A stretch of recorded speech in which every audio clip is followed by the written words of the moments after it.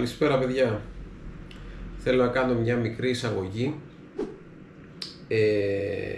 για το βίντεο που θα δείτε, για το ψάρεμα που θα ακολουθήσει. Είναι ένα ψάρεμα με ένα γνωστό, με ένα φίλο. Είχα να το δω αρκετά χρόνια. Με έστειλε ένα μήνυμα, αρκετά μηνύματα, είναι η αλήθεια, με ρωτούσε διάφορα για εξοπλισμό, για πράγματα κτλ. Και μου λέει θα έρθω μέσα στον Αύγουστο, να κάτσω κάποιες μέρες, θα μπορούσες να πάμε κανένα ψάρεμα έτσι παρέα, γιατί δεν τα ξέρω και τα μέρη εκεί πέρα, θα φέρω καλάμια, θα φέρω πράγματα. Λέω ναι, γιατί όχι, φυσικά και μπορούμε. Έτσι μια μέρα του είπα να πάμε σε ένα από τα μέρη που γνωρίζω καλά, που ξέρω ότι δεν θα δυσκολευτούμε να πιάσουμε κάποια ψάρια. Η αλήθεια είναι ότι περίμενα περισσότερα ψάρια να βρούμε, αλλά εντάξει, και αυτά που βρήκαμε δεν ήταν άσχημα. Ο Άλκης, από ό,τι μου είπε, δεν ψαρεύει πάρα πολύ καιρό.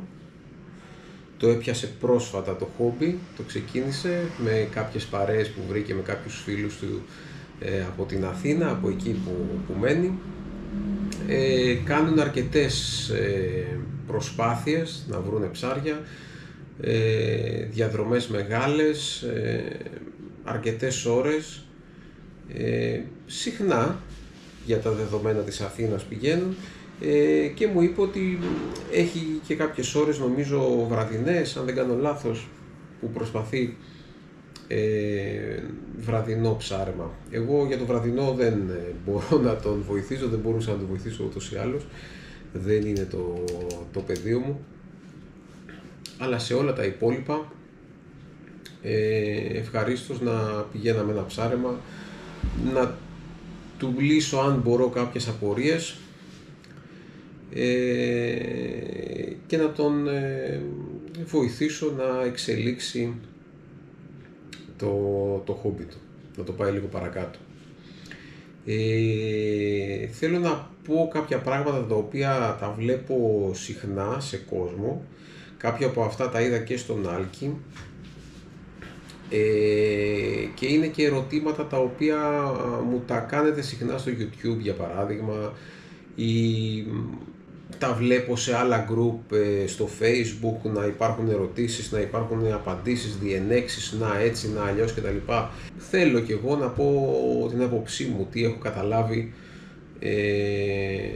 όλον αυτόν τον καιρό. Εγώ όταν πρώτο ξεκίνησα το ψάρεμα, όπως και πάρα πολλοί κόσμος, είχα φτηνό εξοπλισμό, οικονομικό, γιατί δεν ήξερα αν τελικά μου αρέσει αυτή η τεχνική, αν θα ασχοληθώ ας πούμε με το LRF, με το spinning κτλ. Και είχα και πολύ οικονομικά τεχνητά. Είχα ένα-δύο τα οποία ήταν ίσως λίγο πιο ακριβά, και όταν λέμε λίγο πιο ακριβά εννοούμε 6-7 ευρώ, όχι πολύ ακριβά, και τα περισσότερα ήταν από το AliExpress, από το eBay, από αυτά τα site, ήταν κινέζικα, αμιγώς κινέζικα, γιατί ok, μπορεί να πούν κάποιοι όλα κινέζικα είναι, όλα κατασκευάζονται, όλα σχεδιάζονται στην Κίνα, όλα δεν ξέρω εγώ τι. Τέλος πάντων, δεν θα κάτσω να μπω σε αυτή την κουβέντα. Είχα τεχνητά 1 ευρώ, 1,5, 2, 3, εκεί, πάρα πολλά. Βέβαια, αργότερα κατάλαβα ότι το να μπαίνεις στο AliExpress και να αγοράζεις 15 τεχνητά, τα οποία συνολικά θα σου βγουν ας πούμε 30 ευρώ, μαζί με μεταφορικά ενδεχομένως, ή κάποια μπορεί να είναι λίγο πιο ακριβά. Μπορεί να πάρεις ας πούμε 3 τεχνητά που κάνουν 1 ευρώ το ένα, και μετά να πάρεις και άλλα 4 τα οποία είναι λίγο πιο μεγάλα, λίγο πιο βαριά, λίγο καλύτερης εταιρείας, γιατί υπάρχουν και διαβαθμίσεις εταιρείες, ακόμα και κινέζικα, τα οποία να κάνουν ας πούμε 4 ευρώ το ένα, ή 3,5 ευρώ το ένα, ή 3. Και καταλήγεις να έχεις πάρει τελικά 30 ευρώ τεχνητά, 35 ευρώ τεχνητά, και κατάλαβα ότι ίσως αντί να δώσω 35 ευρώ για κινέζικα τεχνητά, καλό θα ήταν να δώσω 20 ευρώ να πάρω 2 καλά τεχνητά δοκιμασμένα από πάρα πολύ κόσμο και γνωστών εταιριών, ας πούμε Duo, ας πούμε Palms, να δώσω 20-25 ευρώ να πάρω 2 τέτοια τεχνητά και τα υπόλοιπα 10 ευρώ ας πάρω άλλα 5-6 τεχνητά κινέζικα, ώστε να μου φύγει αυτός ο φόβος που έχουμε όλοι όταν ξεκινάμε το ψάρεμα, το χόμπι αυτό, τι θα γίνει όταν χάσω τον εξοπλισμό μου. Μπορεί να φοβόμαστε και για το καλάμι, μπορεί να φοβόμαστε και για το μηχανισμό, αλλά αυτά ξέρουμε ότι θα αντέξουν παραπάνω. Ενώ τα τεχνητά ξέρουμε ότι έχει βράχια, έχει ρηχοτοπιές, έχει πιο δυνατά ψάρια καμιά φορά από ό,τι περιμένουμε και τα χάνουμε τα τεχνητά. Και τι γίνεται όταν εγώ θέλω να ξεκινήσω ένα χόμπι και έχω το φόβο ότι μπορεί και να μην μου αρέσει. Πόσα λεφτά θα επενδύσω? Να επενδύσω 100 ευρώ για τον εξοπλισμό μου, 150, πόσο να πάω? Και θέλω και τεχνητά. Και άμα κάθε φορά που πηγαίνω για ψάρεμα χάνω και 2 τεχνητά και 3 τεχνητά, άμα αυτά τα τεχνητά κάνουν έστω 10 ευρώ το καθένα, γίνεται να χάνω 30 ευρώ στο ψάρεμά μου και 20 ευρώ, συν τις βενζίνες που ξοδεύω, συν οτιδήποτε άλλο. Μας πιάνει ένα άγχος. Σίγουρα τα οικονομικά των περισσότερων δεν είναι τόσο καλά πλέον όσο παλαιότερα, και υπάρχουν και αυτές οι δυσκολίες. Κάποιοι έχουν οικογένειες, παιδιά, πολλές υποχρεώσεις, τα σκέφτονται όλα και πολύ καλά κάνουν. Αλλά όπως είπα, εγώ το προτιμώ πλέον, όταν μου λέει κάποιος ότι ξέρεις τι, έχω 50 ευρώ να δώσω, τι τεχνητά να πάρω, να του πω ότι ξέρεις τι, πάρε αυτά τα 2 τεχνητά που ξέρω ότι δουλεύουν, που τα έχω δει και σε άλλους ότι δουλεύουν, που δεν θα σε απογοητεύσουν, ή τα 3, και μετά πάρε ό,τι άλλο θες. Πάρε κάποια οικονομικά, πάρε κύλα από AliExpress, δοκίμασε, κάνε, δείξε. Πού θέλω να καταλήξω με αυτό το πράγμα που λέω? Πρέπει να μάθουμε τον εξοπλισμό μας όσο καλύτερα γίνεται, και αυτό το επιτυγχάνουμε μόνο μέσα από την τριβή, μόνο μέσα από το κανονικό ψάρεμα στη θάλασσα. Και εγώ, όπως και πάρα πολλοί κόσμος, πλέον ακόμα περισσότερο, πριν ξεκινήσω το ψάρεμα ή αφού το είχα ξεκινήσει το ψάρεμα, πέρναγα πάρα πολλές ώρες στο ίντερνετ, στο YouTube, στο Facebook, πλέον και στο Instagram και στο TikTok και πάρα πολλά. Υπάρχουν πάρα πολλά μέσα πλέον, και έψαχνα βίντεο με ψαράδες, Έλληνες ψαράδες κατά κύριο λόγο, που ψαρεύουν τις τεχνικές που θέλω να ασχοληθώ, που μου αρέσουν. Ας πούμε, ο Γιώργος Τυρίκος ήταν ένας από αυτούς στο LRF. Ο Κώστας ο Αντωνιάδης, παρόλο που ασχολούνταν με βάρκα, και εγώ μπορεί εκείνη την περίοδο να μην έκανα ψαρέματα από βάρκα ή να έκανα βάρκα μόνο για καθετή, μου άρεσε γιατί έβλεπα τεχνικές spinning παρόλο που ήταν από βάρκα. Και διάφοροι άλλοι, θα μπορούσα να πω πάρα πολλούς, ο Μάρκος ο Βιδάλης με το short jigging του ή το spinning που έκανε κατά καιρούς, τελευταία κάνει και εκείνος αρκετό LRF. Τι γίνεται όμως? Όλοι αυτοί έχουν τη δική τους τακτική και το δικό τους τρόπο ψαρέματος. Ο καθένας έχει το διαφορετικό τρόπο ψαρέματος. Είναι πολύ δύσκολο να ξεχωρίσεις και να πάρεις μόνο τα στοιχεία που ταιριάζουν σε σένα από τον κάθε έναν από αυτούς. Δεν πρόκειται να τα καταφέρεις. Δηλαδή, βλέπεις τον Γιώργο τον Τυρίκο πώς ψαρεύει LRF. Πιστεύεις ότι μπορείς να κάνεις και εσύ ακριβώς το ίδιο πράγμα και να βγάλεις ακριβώς τα ίδια ψάρια?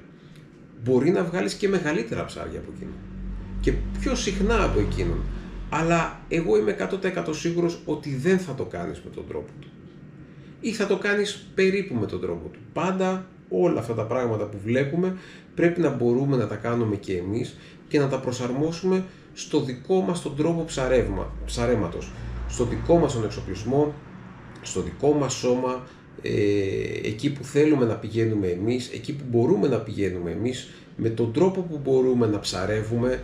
Μας αρέσει να ψαρεύουμε γρήγορα τεχνητά επιφανείας, με γρήγορα twitches, μας αρέσει να ψαρεύουμε με πιο αργές κινήσεις, έχουμε χαλαρότερους ρυθμούς από κάποιους άλλους. Δεν μπορούμε να πηγαίνουμε στα βράχια, να περπατάμε τόσο μακριά, θέλουμε πιο κοντά σε κάποιες παραλίες που είναι πιο προσβάσιμες, σε κάποια λιμάνια.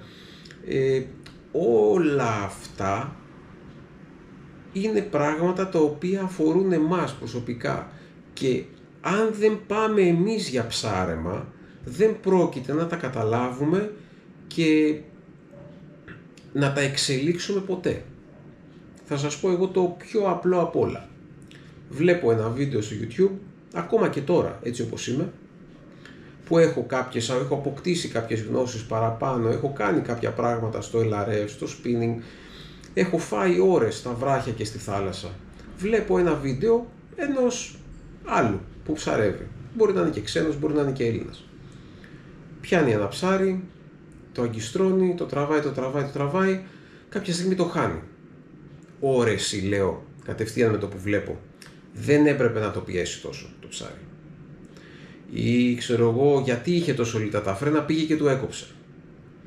Ή ξέρω εγώ, σήκωσε το καλάμι του πολύ. Όλα αυτά τα πράγματα που βλέπω και που λέω εκείνη τη στιγμή, άμα κάτσω και το σκεφτώ, κατά 90%, 95%, 99% και εγώ θα έκανα κάποιο από όλα αυτά τα λάθη που έκανε εκείνος και έχασα το ψάρι.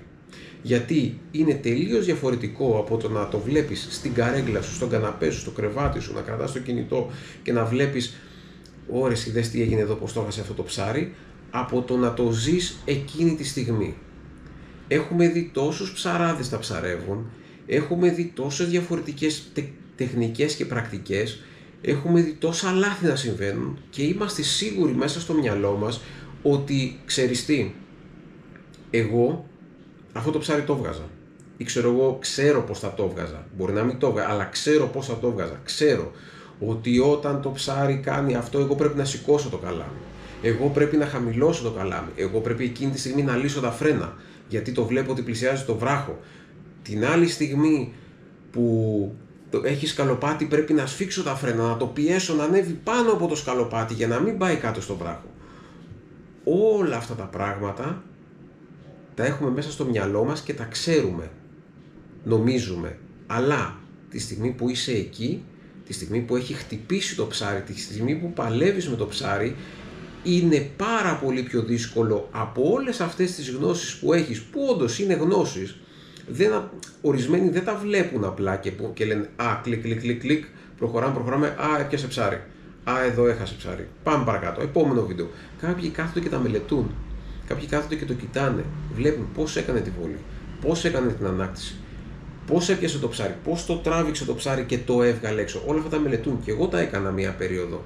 Αλλά μετά κατάλαβα ότι είναι τελείως διαφορετικό να είσαι εκεί, στη στιγμή της μάχης, με την αδρεναλίνη, να λες τώρα το έχω το ψάρι, όχι που πάει, γιατί φεύγει δεξιά, τι να κάνω, τι έχει εκεί, έχει πέτρα από κάτω, να το πιέσω να ανέβει και άμα σπάσει να του λύσω λίγο τα φρένα, να φύγει πιο ανοιχτά από την πέτρα και μετά να προσπαθήσω να το πιέσω. Να σηκώσω το καλάμι, να το φέρω πιο ψηλά στην επιφάνεια της θάλασσας, να περάσει πάνω από την πέτρα, πάνω από εμπόδια, ή να το έχω χαμηλά το καλάμι, να το φέρω πιο ομαλά προς τα έξω, που κάνει εδώ ένα άνοιγμα, ξέρω εγώ, στις πέτρες. Όλα αυτά πρέπει να τα αποφασίσεις μέσα σε κλάσματα δευτερολέπτων. Και αν δεν έχεις τριβή ξανά και ξανά να χάσεις ψάρια, να ξαναχάσεις ψάρια, να βγάλεις κάποιο ψάρι, να ξαναχάσεις μετά κι άλλο, να χάσεις πολύ μεγάλο ψάρι και να λες «Ρε εσύ πώς είναι δυνατόν, παλεύω 1 χρόνο, παλεύω 2 χρόνια να βγάλω ένα τόσο μεγάλο ψάρι και όταν φτάνει η στιγμή να το έχω και να το βλέπω να έρχεται και να το έχω στα χέρια μου, να κάνει ένα τάκ και να ξακιστρώνεται ή να κάνει ένα snap και να σπάει το παράμαλο, να σπάει το νήμα, να φεύγει το ψάρι, να φεύγει με το τεχνητό σου και να λες «Ρε εσύ, ένα ψάρι καλό έπιασα, τόσους μήνες παλεύω και το έχασα». Αν δεν συμβεί αυτό, δεν θα καταφέρεις ποτέ να εξελίξεις το ψάρεμά σου και να πας παρακάτω. Άμα δεν σου συμβεί 1, 2, 3, 5, 10, δεν θα πας ποτέ παραπέρα. Γιατί δεν υπάρχει άνθρωπος που να ασχολείται με το ψάρεμα και να μην έχει χάσει ψάρι, να μην έχει χάσει καλό ψάρι και να μην έχει πιάσει το κεφάλι του και να λέει ρε εσύ τι έκανα λάθος. Και όταν κάτσεις μετά και δεις το βίντεο, όσοι έχουν την κάμερα μαζί τους και τραβάνε όπως εμείς, τότε είναι που θα καταλάβεις τι έκανες λάθος. Και μην νομίζεις ότι με τη μία φορά που θα το δεις αυτό θα πεις «Α, τώρα ξέρω πώς να το διορθώσω» και την επόμενη φορά που θα σου συμβεί θα το κάνεις σωστά. Γιατί πάλι λάθος θα το κάνεις. Είναι πολύ μεγάλη πιθανότητα να το ξανακάνεις λάθος. Πρέπει να το κάνεις λάθος αρκετές φορές μέχρι να το μάθεις. Ποτέ δεν θα το μάθεις γιατί το κάθε ψάρι έχει διαφορετική αντίδραση. Ποτέ δεν θα ξέρεις, θα πεις «Α, έπιασα ένα σαργό, θα το πάω έτσι». Δεν συμβαίνει αυτό. Ναι, στο μεγαλύτερο ποσοστό μαθαίνεις έναν τρόπο, ξέρεις πώς θα τα αντιμετωπίσεις. Αλλά πάντα είναι και αυτά ζωντανοί οργανισμοί, έχουν δικό τους μυαλό, δικές τους αντιδράσεις και πάντα καταφέρουν να σε εκπλήξουν. Οπότε πάντα θα κάνεις λάθη, πάντα θα χάνεις ψάρια. Σκοπός είναι να το ελαττώσεις αυτό και όσο πηγαίνεις στη θάλασσα, όσο πιο συχνά βρίσκεσαι εκεί, όσο πιο πολλά ψαρέματα κάνεις, όσο πιο δύσκολα ψαρέματα κάνεις, τόσο καλύτερα θα τα πηγαίνεις. Και για να το κλείσω, θα πω και για το κομμάτι του ρίσκου. Είναι πολύ σημαντικό να παίρνουμε ρίσκα και ξαναγυρνάω στο θέμα των τεχνητών. Και ο Άλκης δυσκολευόταν να δεχτεί ότι, όπως και πολλοί από εσάς, δυσκολευόταν να δεχτεί ότι πρέπει να κάνει βολές εκεί που είναι ρηχά. Είχε ένα άγχος και δικαιολογημένα, γιατί δεν είχε εμπιστοσύνη στον εξοπλισμό του, δεν τον ήξερε καλά, τα δολώματα που είχε δεν τα είχε δουλέψει τόσο πολύ, δεν ήξερε πώς ακριβώς να τα χειριστεί ώστε να μην σκαλώσουν. Είναι τόσο απλό. Όλοι μας έχουμε αυτό το φόβο, ειδικά όταν είμαστε νέοι στο χόμπι του ψαρέματος. Έχουμε αυτούς τους φόβους, να χάσουμε τον εξοπλισμό μας, να χαλάσουμε τον εξοπλισμό μας, να χάσουμε τα τεχνητά μας. Το θέμα όμως είναι ότι αυτό το ρίσκο που θα πάρεις είναι αυτό που σε κάνει καλύτερο. Το να ρίχνουμε βολές με αυτοπεποίθηση μόνο σε μια παραλία που ξέρουμε ότι μέσα έχει αμμούδα ή μόνο σε πιο βαθιά νερά, από λιμάνια, από οτιδήποτε, μπορεί να μας φέρουν ψάρια. Μπορεί να μάθουμε πώς να χειριζόμαστε το τεχνητό, με τι twitches και τα λοιπά, να κάνει καλύτερο κολύμπι, το οτιδήποτε, να κάνουμε τις παύσεις και τα λοιπά και να έχουμε καλά αποτελέσματα από εκεί που ψαρεύουμε. Αυτό όμως δεν σημαίνει ότι ξέρουμε απολύτως καλά τον εξοπλισμό μας και το τεχνητό μας. Για να το μάθουμε αυτό πρέπει να ζοριστούμε. Πρέπει να ζοριστούμε. Και όχι, δεν σημαίνει ότι επειδή έμαθες καλά το πώς κολυμπάει το ψαράκι του τυρίκου και της net fishing, ότι θα ξέρεις πώς κολυμπάει το ριούκι της Duo ή το ανάποδο ή το Palm στην Κρή. Το κάθε τεχνητό έχει τις δικές του ιδιοτροπίες και τις δικές του ιδιαιτερότητες, το δικό του κολύμπι, τη δική του βολή, το πόσο βαθιά πάει, ακόμα και 5 πόντι διαφορά στο πόσο βαθιά πάει ένα μήνο, κάνει πολύ μεγάλη διαφορά. Το πόσο γρήγορα θα ανέβει όταν εγώ σηκώσω το καλάμι. Όταν αυξήσω την ταχύτητα της ανάκτησης, πόσο γρήγορα θα έρθει κοντά στην επιφάνεια. Είναι πάρα πολύ σημαντικά αυτά. Γιατί εκεί είναι η διαφορά της επιτυχίας με την αποτυχία. Και δεν λέω την επιτυχία με το να πιάσω το ψάρι, είναι η επιτυχία με το να γλιτώσω το τεχνητό μου. Να μην σκαλώσω, να πάω ένα ψάρεμα ξέγνιαστος. Γιατί εγώ πλέον, ας πούμε, για παράδειγμα, έχω φτάσει στο σημείο να πηγαίνω για ψάρεμα και να μην ανησυχώ αν θα χάσω τα τεχνητά μου. Έχει να κάνει με το γεγονός ότι δεν χάνω πλέον τεχνητά. Δεν σκαλώνω πλέον τα τεχνητά μου. Θα πάω 5 ψαρέματα, 6-7 και μπορεί να σκαλώσει ένα. Μπορεί να περάσουν 10 ψαρέματα για να χάσω ένα τεχνητό από σκάλωμα. Το πιο πιθανό είναι να χάσω τεχνητό επειδή μου το πήρε το ψάρι. Επειδή δεν το πάλεψα σωστά, επειδή μου βράχωσε, επειδή ήταν πολύ μεγάλο για τον εξοπλισμό που είχα. Έτσι χάνω εγώ πλέον τεχνητά. Και δεν έχει να κάνει με το πόσο έξυπνος είμαι, με το πόσο καλός είμαι, με το πόσο οτιδήποτε. Έχει να κάνει με το γεγονός ότι πάω αρκετά συχνά για ψάρεμα. Είμαι εκεί, πάω στη θάλασσα. Δεν κάθομαι να βλέπω τα βίντεο στο YouTube και να λέω «Α, δες εδώ τι ωραία ψάρια πιάνει αυτός, μακάρι να μπορούσα και εγώ να τα πιάσω» ή «Α, δες εδώ, το έχασε ρε εσύ αυτό το ψάρι, εγώ ξέρω πώς θα το βγάλω». Να πάω και να το κάνω. Να πάω και να βγάλω το ψάρι που αυτός θα έχανε. Να πάω να πιάσω το ψάρι που αυτός θα έπιανε. Έτσι μόνο θα γίνω καλύτερος. Έτσι μόνο θα γίνουμε όλοι μας καλύτεροι. Όταν πάω και ρισκάρω στις ριχοτοπιές, όταν πάω και δοκιμάζω τα ακριβά τεχνητά, μην αφήνετε κάποια τεχνητά μέσα στην καστίνα και λέτε «Α, αυτό είναι του τυρίκου, είναι πολύ ακριβό, δεν θέλω να το ρίξω, το πλήρωσα 17, 18, 20 ευρώ». Το άλλο είναι της Duo, το πλήρωσα ξέρω εγώ και αυτό 16 ευρώ, 17, δεν θέλω να το ρίξω, το έριξα μία φορά, έτρεμε η ψυχούλα μου. Ρίξ το 15 φορές, ρίξ το 20 φορές, θα σου φύγει αυτός ο φόβος. Μάθε το τεχνητό σου. Ξεκίνα ίσως από τα λίγο πιο βαθιά και πήγαινε σιγά σιγά στα πιο ρηχά. Ξεκίνα από μια παραλία που ξέρεις ότι κάτω είναι αμμουδερά, έχει λίγο φυκάκι, έχει οτιδήποτε και πήγαινε σιγά σιγά προς τα βραχάκια. Μάθε το τεχνητό σου. Δες το. Όταν το χτυπήσεις λίγο απότομα, ανεβαίνει στην επιφάνεια, βλέπεις τη ράχη του, ξενερίζει, τότε ξέρεις ότι άμα είσαι κάπου που έχει λίγο πιο ρίχα νερά, έχει κάποια βραχάκια και παρακολουθείς την πορεία του τεχνητού σου, βλέπεις ότι πλησιάζει το βράχο. Δεν πειράζει, θα το χτυπήσω λίγο πιο γρήγορα, θα ανέβει, θα ξενερίσει λίγο, θα τον περάσω τον βράχο. Ας χάσω το ψάρι που με ακολουθεί. Ας τρομάξει το ψάρι και πει τι είναι αυτό, τι βλακιά είναι αυτή που ακολουθώ τόση ώρα για να φάω.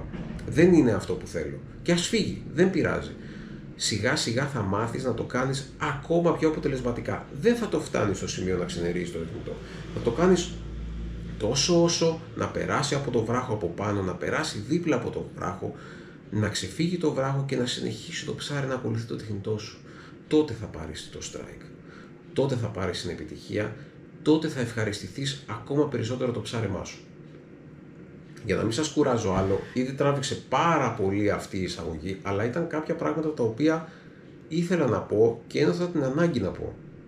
Τα έχω δει πάρα πολλές φορές να συζητιούνται, μου έχετε κάνει αρκετές ερωτήσεις πάνω σε αυτό, πώς δεν σκαλώνουν τα τεχνητά σου, πώς μπορώ να μην τα σκαλώσω τα τεχνητά μου, τι περιοχές είναι αυτές που πηγαίνεις, το ένα το άλλο, πώς μπορώ να κάνω αυτό, πώς μπορώ να κάνω το άλλο, και πάντα οι απαντήσεις μου είναι οι ίδιες. Μάθετε τον εξοπλισμό σας. Αλλά για να το κάνεις αυτό πρέπει να πας στη θάλασσα. Δεν φτάνει να βλέπεις κάποιον να ψαρεύει με το Twitcher και με το ψαράκι για να πεις ξέρω πώς λειτουργεί το Twitcher και το ψαράκι. Δεν ξέρεις απολύτως τίποτα.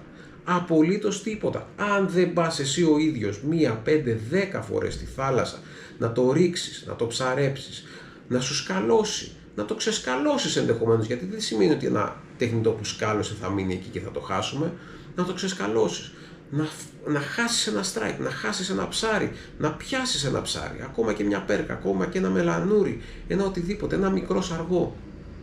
Έτσι θα μάθεις να ψαρεύεις, έτσι θα μάθεις το τεχνητό σου, έτσι θα μάθεις το καλάμι σου, έτσι θα μάθεις όλο τον εξοπλισμό.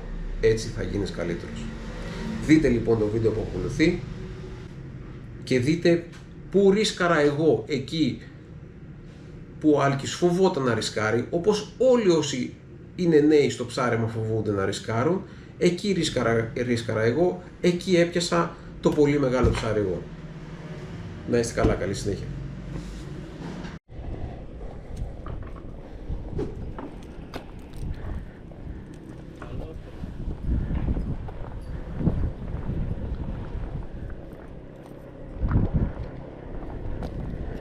Γεια σου ρε Δημήτρη. Τι γίνεται, τι κάνουμε? Κάνεις, πώς είσαι? Καλά, καλά, ωραία. Χαίρομαι που σε ξαναγνωρίζω, ξέρεις, από άλλη θέση.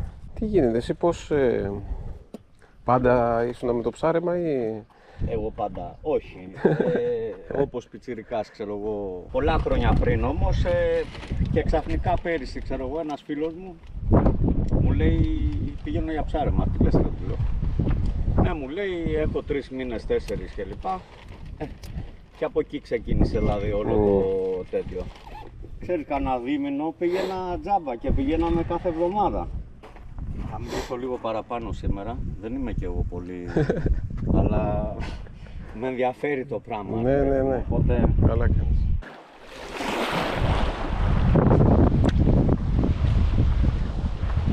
Τώρα έχω βάλει ένα γόνο πάνω. Και κάποια στιγμή θέλω να δω λίγο τα φρένα σου που βρίσκονται. Τα φρένα μου βρίσκονται όσο πιο χαλαρά γίνεται. Να, είναι η ζαργάνα. Δες την. Ναι. Άμα έχουμε ζαργάνες, την κάτσαμε τη βάρκα.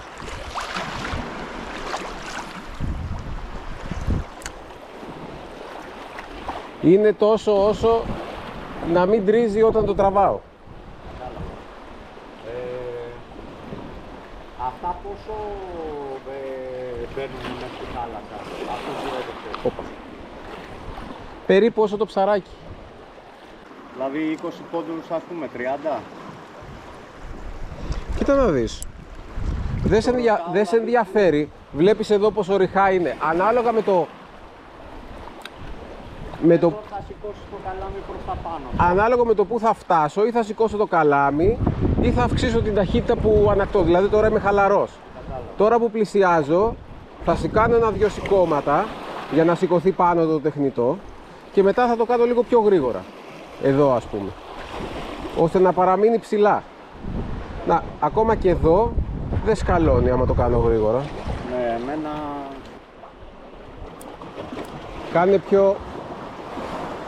Κάνε πιο ψηλή τη βολή. Δηλαδή άφηνε το πιο ψηλά. Εδώ ας πούμε από τη στιγμή που βλέπεις ότι ο αέρας είναι με το μέρος σου και δεν θα σου κόψει μέτρα, ναι, κάνεις τη βολή πιο ψηλά, δηλαδή της δίνεις καμπύλη. Νομίζεις ότι... μπορείς να το υπολογίσεις. Δεξιότητα τόσο Όχι, καλή. επειδή άφηνε το νήμα από το δάχτυλο πιο γρήγορα. Πιο γρήγορα, ναι, αλλά... Δώσ' του καμπύλη για να το πάρει ο αέρας, να το πάει πιο μακριά ακόμα. Έχουν ώρα. Έχουν ώρα τα ψάρια. Δηλαδή... είναι καλύτερο και χειρότερο. Ώρα δεν έχουν, δηλαδή και πρωί και μεσημέρι και απόγευμα και... δεν μπορείς να το υπολογίσεις αυτό.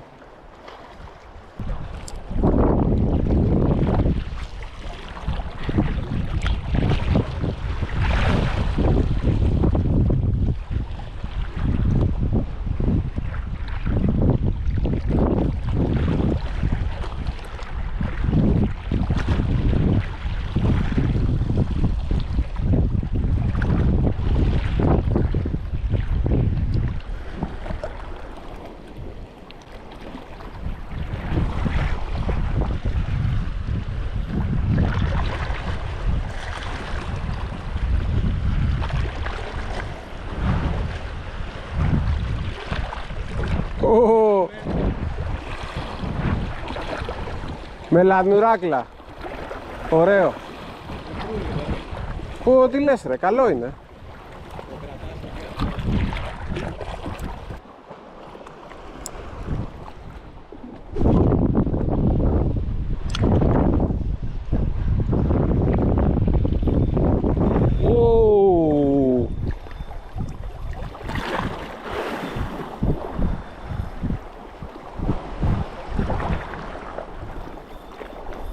Μεγάλο ψάρι, είμαι ήρεμα.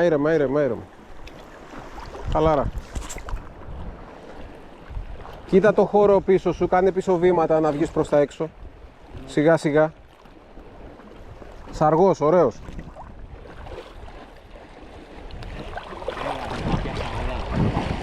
Σιγά σιγά, έχει χώρο εκεί. Μην το φέρεις πολύ κοντά σου. Σιγά σιγά, βγαίνει προς τα έξω. Άσο να πάρει, άμα πάρει. Ωραία, μάζεψε τον τώρα εκεί. Πρόσεχε, μη σου πάει εκεί. Ωραία. Βγάλ' τον εκεί πάνω, το βλέπεις? Όχι. Σιγά σιγά. Μόνος σου, φέρ' το. Σιγά σιγά σιγά σιγά σιγά σιγά. Οπα, νάτος. Δημήτρη. Πολύ μεγάλο ψάρι. Δημήτρη, ευχαριστώ ρε φίλε πολύ.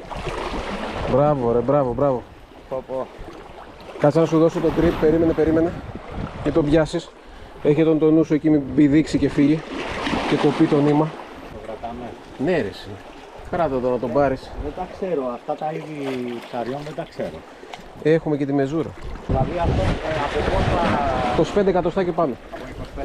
Ναι. Δεν θεωρείς ότι είναι τώρα αυτό. Ναι. Απλά αυτό πρέπει να προσέξεις το σαργό λίγο, το αριστερά-δεξιά, γιατί είδες πήγε, Ναι, να χωθεί από κάτω. Εκεί άμα έβρισκε το νήμα, ευτυχώς βρήκε η σαλαγκιά του τεχνητού. Άμα έβρισκε το παράμαλο, μπορεί να κάνει ένα τάκ και να κοβόταν. Γι' αυτό σου είπα να έρθουμε εδώ, γιατί το ξέρω το μέρος. Γιατί... Το ξέρω το μέρος και λέω εδώ πέρα κάτι θα πάρουμε. Ήρθα δεν γίνεται. Το Πάσχα δεν έπιασα τίποτα. Ήρθα τώρα, έχω πιάσει τα άλλα που ευγνώμων είμαι και για αυτά. Αλλά... εντάξει. Πω, ευχαριστώ ρε φίλε πολύ.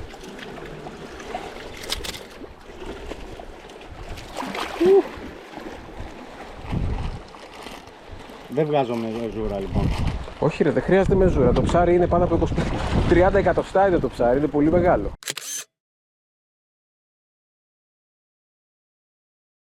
Δηλαδή αν θες το αφήνω, δεν με νοιάζει. Ό,τι θες εσύ, δικό σου είναι το ψάρι. Εγώ απλά σου είπα ότι αυτό το ψάρι μπορείς να το κρατήσεις, να το κάνεις ψητό.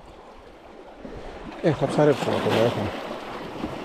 Δεν έχω ξαναπάρει φίλο, ούτε ψαργό ούτε μελανούρι. Τώρα είδες, τα πήρες και τα δύο μέσα σε 30 μέτρα. Και κάτσε ακόμα έχουμε...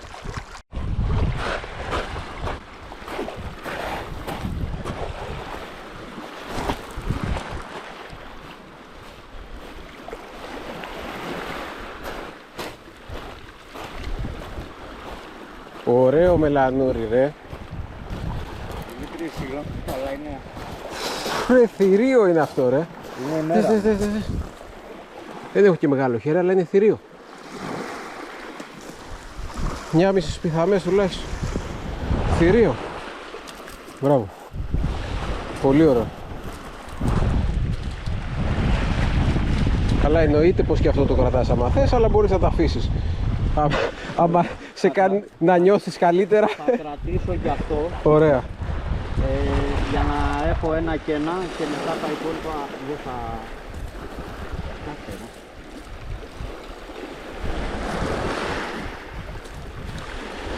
Πιο κοντά στο κεφάλι πιάστο.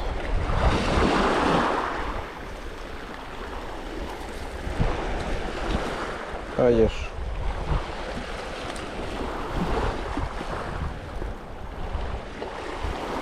Το μελανούρι είναι τουλάχιστον 30 εκατοστά, είναι τεράστιο.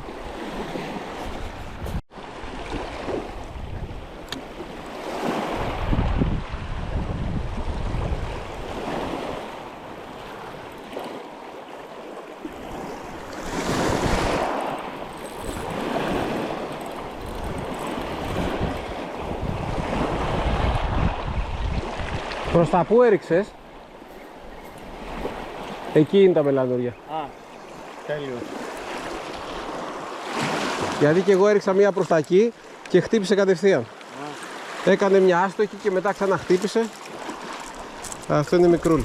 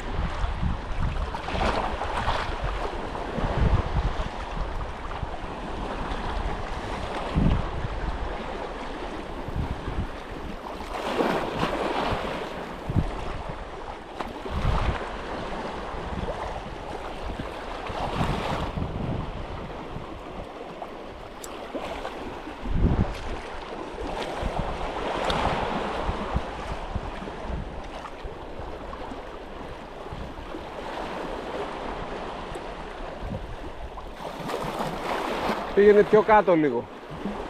Πιο κάτω λίγο.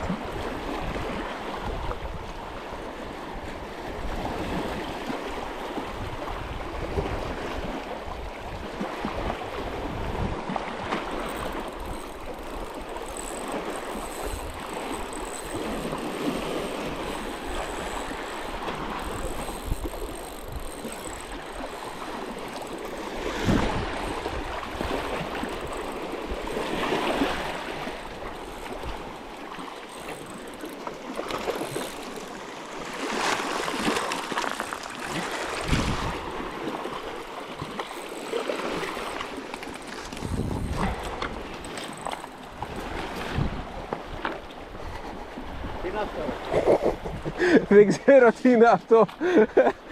Δεν ξέρω τι είναι αυτό. Δεν ξέρω πόσα χρόνια ζούσε εδώ πέρα. Σικιός δεν είναι. Όχι. Σαργός είναι. Σαργός είναι. Ναι. Σαργός είναι. Είναι σαργός. Σαργός είναι. Απλά είναι τεράστιος. Τι λες ρε φίλε τώρα. Απλά είναι τεράστιος. Τόσο ήταν το τέτοιο που έπιασα. Απίστευτο. Μπράβο ρε Δημήτρη. Εδώ μέσα είδες Μπράβο. στα ρίσκα. Μέσα στις πέτρες. Ναι. Μπράβο. Τόσο μεγάλο σαργό, η αλήθεια είναι έχω πάρει εδώ πέρα. Έχω πάρει εκεί λίγο μετά τη μύτη, έχω πάρει πιο κάτω, αλλά είναι σπάνι, δεν είναι και σε αυτή την περιοχή. Κάτσε ρε φίλε. Δες δόντια. Κάτσε ρε φίλε. Τι δόντια έχει αυτό. Καλά σοβαρά μιλάμε. Ωραία μαλάκα. Και έχουν μαυρίσει φαντάσου, ξέρεις, θα καπνίζει. Δες τις αλλαγιά. Ναι. Αυτή εδώ. Άνοιξε. Κάτσε βρε καλά. Ναι, τώρα την Αυτή εδώ άνοιξε. Ναι. Και οι άλλες εδώ θα τις δούμε όταν τις βγάλουμε. Μπράβο.